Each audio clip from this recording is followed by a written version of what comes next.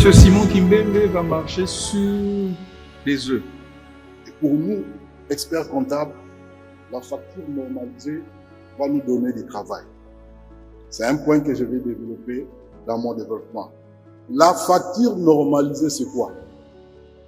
C'est une facture numérique qui remplace la facture sous format papier traditionnel. Et cette facture normalisée a une importance très significative pour les entreprises et pour l'administration. J'insiste, l'administration fiscale. Mais, en fait, si vous lisez la loi qui a instauré la facture normalisée au Congo, on a donné les monopoles, l'homologation, les autorisations, tout auprès de l'administration fiscale. C'est l'administration fiscale qui va homologuer les unités de facturation, qui va homologuer les modules de contrôle de facturation. En cela ne suffit pas, même nous, en tant qu'experts comptables, nous disons que c'est vraiment du travail que nous aurons pour cette introduction de la facture normalisée. Alors, quels sont les avantages que nous pouvons tirer de la facture normalisée?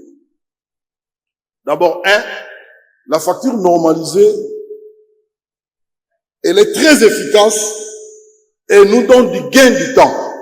Comprenez, à l'époque, une société comme, je vais citer, une société de fabrique de boissons, pour établir les factures de tous les clients de la journée, ce sont des piles. Ce sont des piles de documents.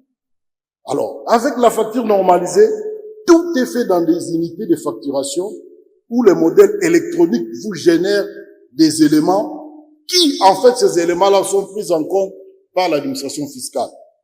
Nous avons un client qui génère des unités de facturation. Nous avons un terminal, plateforme auprès de l'administration fiscale. Je me dis, moi, expert comptable, je suis au milieu. C'est du travail que j'ai. Donc, pour moi, je me dis que la facture normalisée n'est pas venue seulement pour augmenter les recettes de l'administration fiscale, mais elle est venue pour nous, les experts comptables, réduire aussi le temps du travail. Puisque dans nos travaux, il y a certains comptes que nous avons souvent des travaux à faire, les chiffres d'affaires. Et s'il faut avoir des diligences dans la facture papier et dans la facture normalisée, j'espère que j'aurai une réduction du temps si je travaille avec le mode de la facture normalisée. Donc, pour nous, experts comptables, c'est aussi quelque chose de bien que nous pouvons gagner en cela. Un deuxième avantage, la réduction des erreurs. La réduction des erreurs et la réduction de fraude.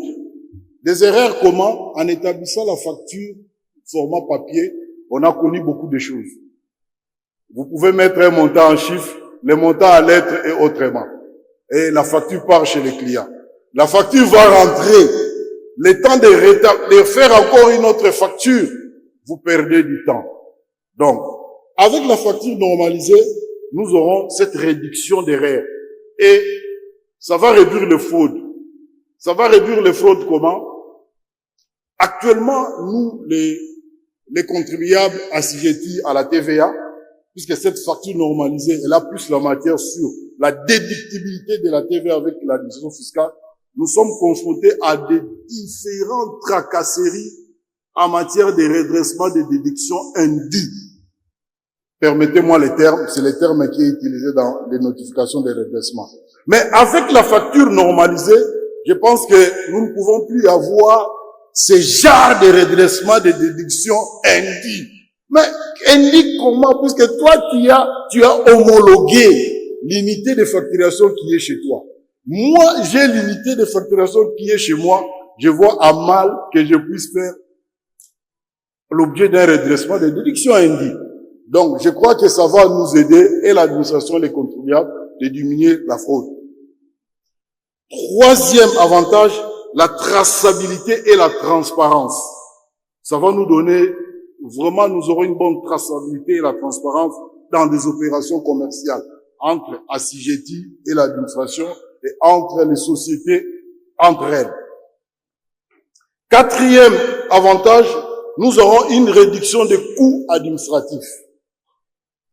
La réduction des coûts administratifs, je pense que c'est un élément important dans la gestion du temps, dans la gestion de l'optimum dans la société. Mais j'aimerais insister sur un avantage que je trouve très important, qui a même dépassé le cadre des experts comptables. C'est le dernier avantage où, avec la facture normalisée, nous avons un impact environnemental. Puisque ceux qui émettaient des factures en format papier, en dimension élevée, ne les feront plus. Maintenant, tout doit être dématérialisé. Tout doit être numérisé. Donc, du point de vue environnemental, il y a un apport important qui est venu avec la facture normalisée. Alors, en notre qualité d'expert comptable, quels sont les défis pour cette facture normalisée? Le premier défi, c'est l'harmonisation des fichiers des données. Je vais vous dire aujourd'hui, si vous allez à l'administration fiscale, qui est l'entité qui donne l'homologation, les données d'identification des contribuables n'est pas fiable. N'est pas fiable. Vous avez une société cette année, il était dans une grande entreprise, l'autre année il se retrouve dans CIS, et l'autre année il se retrouve dans CDI. Mais comment voulez-vous avec un tel contribuable, avec sa facture numérisée, il va se retrouver dans quelle unité de facturation, dans quel module électronique il va se retrouver? Nous, comme défi, nous avons, là je m'inscris en faux contre le ministère des Finances qui voulait d'abord commencer le faire auprès des administrations. Nous disons que cette facture normalisée doit d'abord commencer auprès des sociétés des assujettis en les formant, en sensibilisant, en faisant tout ce qui est nécessaire pour que la mise en place ou la mise en disposition des dispositifs électroniques ne soit pas un fait nouveau. Comme défi, en tant qu'expert comptable, il faut qu'il y ait un système de communication. Nous devons beaucoup communiquer sur la facture normalisée. Il faut qu'il y ait beaucoup de communication entre l'expert comptable et ses clients, entre l'expert comptable et l'administration, entre les sociétés et les administrations. Sans communication, on arrive à des... Je vous dis, même si nous avons la facture normalisée, vous aurez toujours des redressements. Ça, je vous l'ai dit. Je vous le dis. Pourquoi je vous le dis? Puisque en l'homme, il y a aussi un sens de bien faire.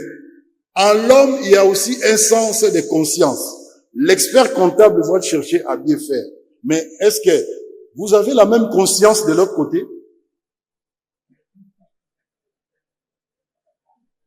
C'est ça le problème. Qui, parmi nous ici, peut me dire qu'il a déjà reçu un avis de non? Je n'ai rien dit. Je n'ai rien dit. Voilà encore des défis que nous devons, nous, en tant qu'experts comptables, faire face.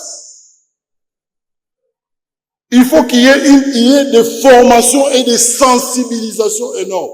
Ça sont des défis que nous devons. D'ailleurs, moi je pense que nous, experts comptables, nous devons le faire, puisque nous venons de gravir un pas pour la certification. Je pense que l'ONEC a l'occasion de voir encore l'administration pour la facture normalisée. Essayez de bien ficeler les contours, mais pas en nous mettant des sanctions. Pas en nous mettant des sanctions. Nous sommes qu'un intermédiaire. Essayez de voir dans quelle mesure nous pouvons accompagner l'administration fiscale dans cette thématique de la facture normalisée. Voyez d'abord, posez d'abord des problèmes, mais ne posez pas des problèmes avec des sanctions, des amendes. Là, ça décourage le métier. Comme recommandation, nous demandons à l'administration fiscale ou au ministère des Finances qui a la tutelle, qui porte ce projet de la facture normalisée, qu'il y ait des répertoires clairs. Vous savez que depuis qu'on a instauré le mécanisme TVA, Il n'y a jamais eu un répertoire de l'assujettissement de TVA. On nous a donné un répertoire où nous avons les numéros d'impôt. Vous n'avez pas un numéro TVA. Nous avons un numéro d'impôt. Mais avec la facture normalisée, nous demandons à ce qu'il y ait un répertoire clair avec un numéro d'assujettissement de la TVA. C'est notre première recommandation. Tenir compte de la période de transition. Nous allons quitter la facture format papier pour aller dans la facture normalisée. Il faut qu'il y ait une transition. Entre l'ICA et la TVA, la loi nous a donné 18 mois. Mais ici, nous allons passer de quelque chose en dur et en format électronique. Donc, nous passons d'une science qui était mécanique à une science qui a l'intelligence artificielle. Je pense que le délai est aussi important pour qu'on s'y adapte. Les mécanismes de communication, nous devons beaucoup communiquer. Non pas, le projet, il a été quasiment pendant tout le temps bloqué au ministère des Finances. Je connais au Danemark, qui est le premier à rentrer dans ces factures normalisées en 2005. Danemark a communiqué avec ses contribuables. J'ai lu l'histoire de la facture normalisée et ils appellent ça facture électronique. Il a communiqué avec toutes les couches qui sont liées à l'activité économique. Mais jusque-là, est-ce que vous avez le manuel que le conseiller vous a parlé ici? Personne. Manque de communication. Assurer un mécanisme fiable d'archivage. Il y a un sérieux problème. Nous devons faire de tout que nous avons des archivages fiables. C'est une dimension électronique que nous avons. Si les archivages ne sont pas corrects, vous connaissez les droits de rappel, hein? C'est 4 ans. Et ils vont dire que les données sont perdues chez eux, ils te retournent pour un redressement.